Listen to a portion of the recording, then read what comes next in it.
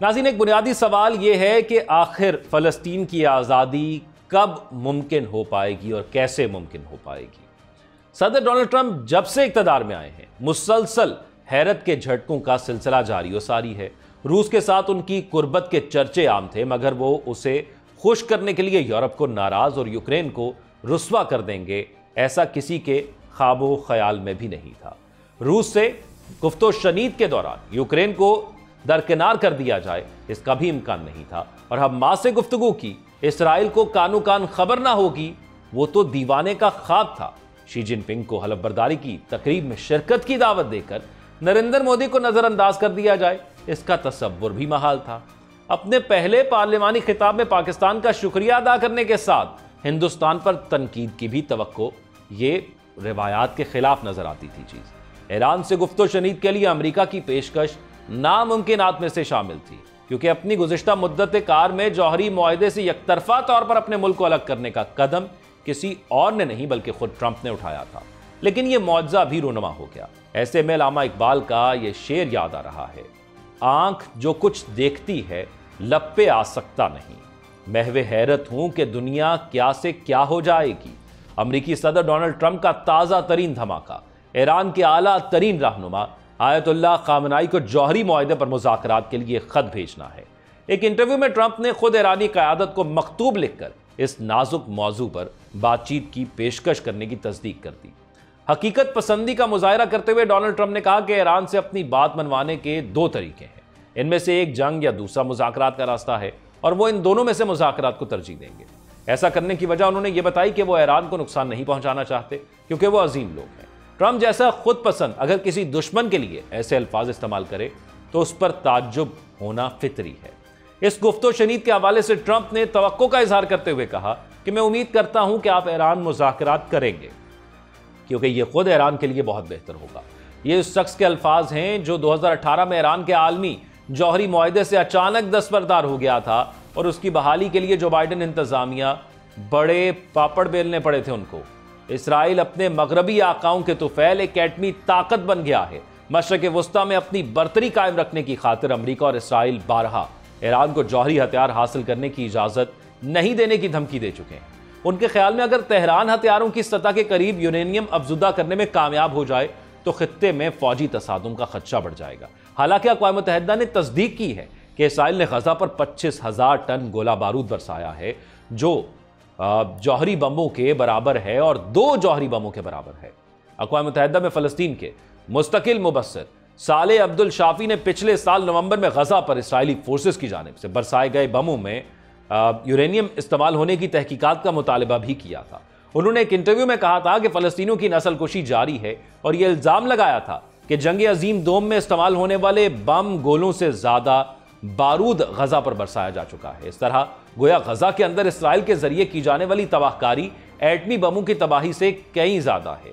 इसलिए खित्ते में फौजी तसादुम के बहाने ईरान को जौहरी बम बनाने से रोकने का सारा नाम निहाद इखलाकी जवाज अपनी मौत आप मर चुका है। ट्रंप ने अपनी पहली सदारती मुद्दत कार में यकतरफा तौर पर अमेरिका को ईरान और आलमी ताकतों के जौहरी मुआहदे से निकालने का फैसला करके ईरान से अपने ताल्लुकात को तो कशीदा कर लिया और उसके खिलाफ सख्त तरीन पाबंदियां भी आयद कर दी, ताकि ईरानी मईशत की कमर तोड़कर उसे अपने एटमी अज़ाइम से बाज रखा जाए या मंसूबा बंद करने पर मजबूर कर दिया जाए, मगर वो अपने नापाक इरादों में तो कामयाब नहीं हो सका। इसराइल के इशारे पर इस अमरीकी इकदाम से ईरान का बिलवास्ता बहुत बड़ा फायदा हो गया, क्योंकि 2015 के जौहरी मुआहदे के तहत ईरान को सिर्फ 3.67% खालिसियत तक यूरेनियम अफजुदा करने और ज़्यादा से ज़्यादा 300 किलोग्राम यानी 661 पाउंड यूरेनियम का जखीरा रखने की इजाज़त थी। इस पर बैनुल-अक़वामी जौहरी तवानाई एजेंसी की निगरानी में काम करने की भी पाबंदी थी। मुआहदे के खात्मे ने ईरान को इन पाबंदियों की ताज़ा तरीन IAEA से आज़ाद कर दिया, और रिपोर्ट के मुताबिक अब ईरान का यूरेनियम जखीरा तकरीबन 8,294.4 किलोग्राम यानी 18,286 पाउंड तक पहुंच चुका है, जिसमें से कुछ को 60% खालिसियत तक अफजुदा किया जा चुका है।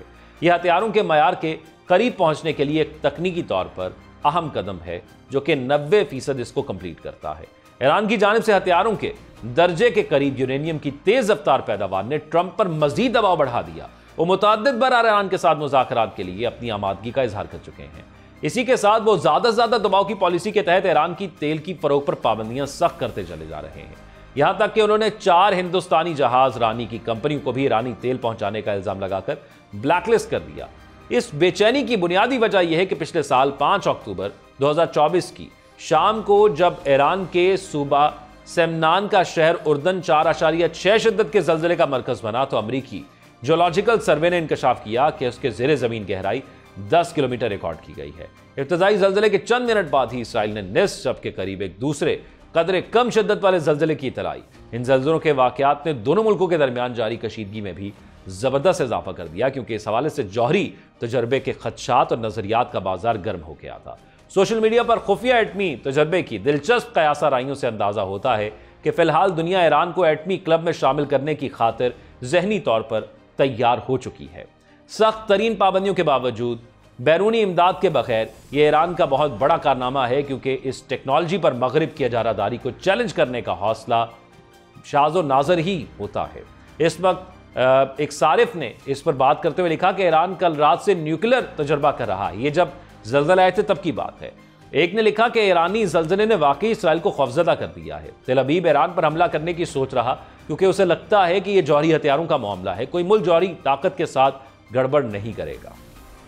एक और पोस्ट में कहा गया था कि कल ईरान में 4.5 का जल्जला आया। अफवाहें हैं कि एक एटमी तजर्बा था। फरवरी में शुमाली कोरिया में आने वाला जल्जला जौहरी तजर्बा साबित हुआ था 2013 की, जब यह बात उसमें बताई गई। और फिर नवंबर 2017 के ईरान में आने वाले जल्जले को भी जौहरी टेस्ट का नाम दिया गया था। गुज़श्ता साल इस हकीकत का भी एतराफ़ किया गया था कि ईरान जहां चाहे दुरुस्तगी के साथ वॉरहेड पहुंचाने की सलाहियत रखता है। माजी करीब में शुमाली कोरिया की मिसाल सबके सामने है।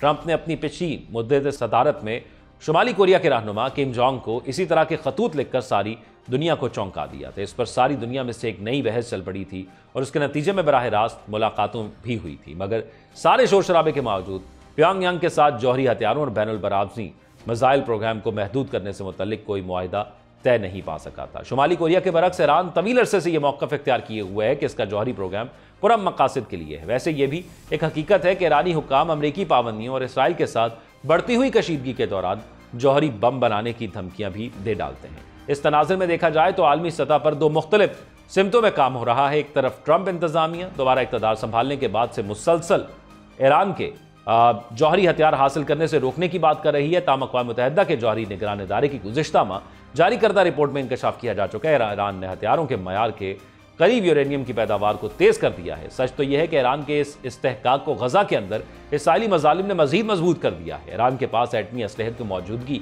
सिहोनी हुकूमत में मौजूद इंतहा पसंद अम के दुश्मनों के नापाक इरादों पर लगाम लगाने के लिए ज़रूरी है, वरना पूरी दुनिया को तबाही और बर्बादी के दहाने पर ले जाएंगे।